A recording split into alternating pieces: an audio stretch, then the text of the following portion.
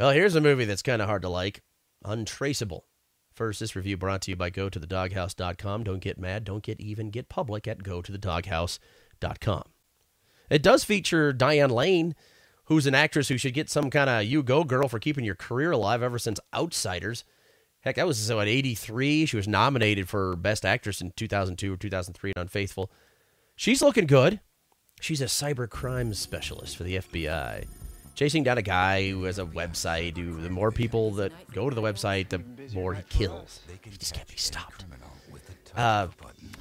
Which means she works with really implausibly fast computers all the time. They could be in a tunnel in Nome and downloading 5 times as fast as any computer you've ever seen in your life.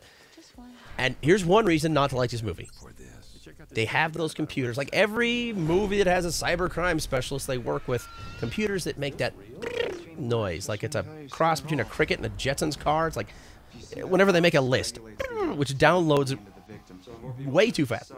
Give me all the names of all the psychos in the Portland area. No computer makes this noise anymore. No computer does. Back in the 60s when they made Star Trek and we didn't know what noises computers made, they could get away with a Spock, turn off the defibrillator. And we thought, well, computers need to make that noise to work. Well, now we know, okay, so stop it. And if it did make that noise, we'd turn it off or customize it with a Snoop Dogg song or something. So there you go. That bugs me more than the 555 thing.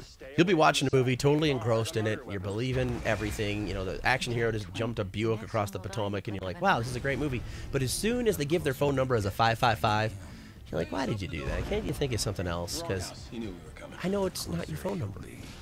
And also in this movie, he's featured, that guy.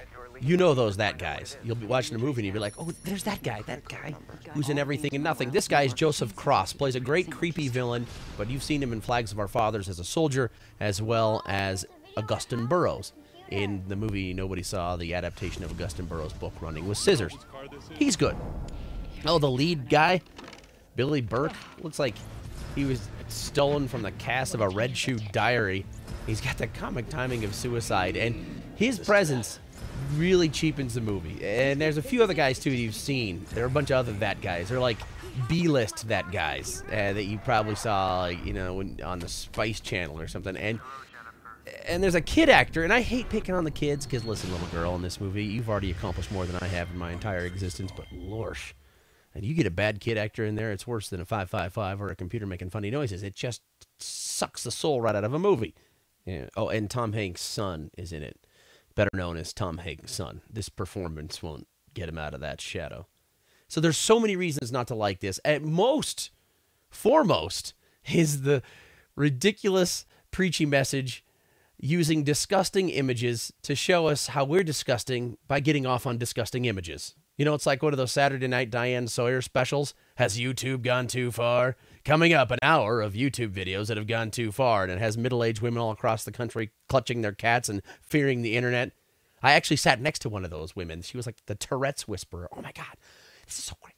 I actually got a friend sent me a forward that this could happen. This is so great. And then her friend told her to shut up, so then she started leaning to me. Oh my God, what do you think he's going to do?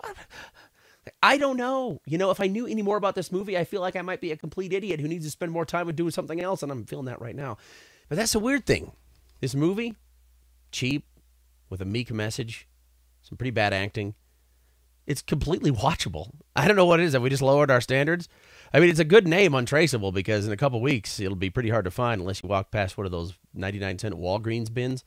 But I'm sitting there, and I'm hating myself because I'm totally sucked into this movie.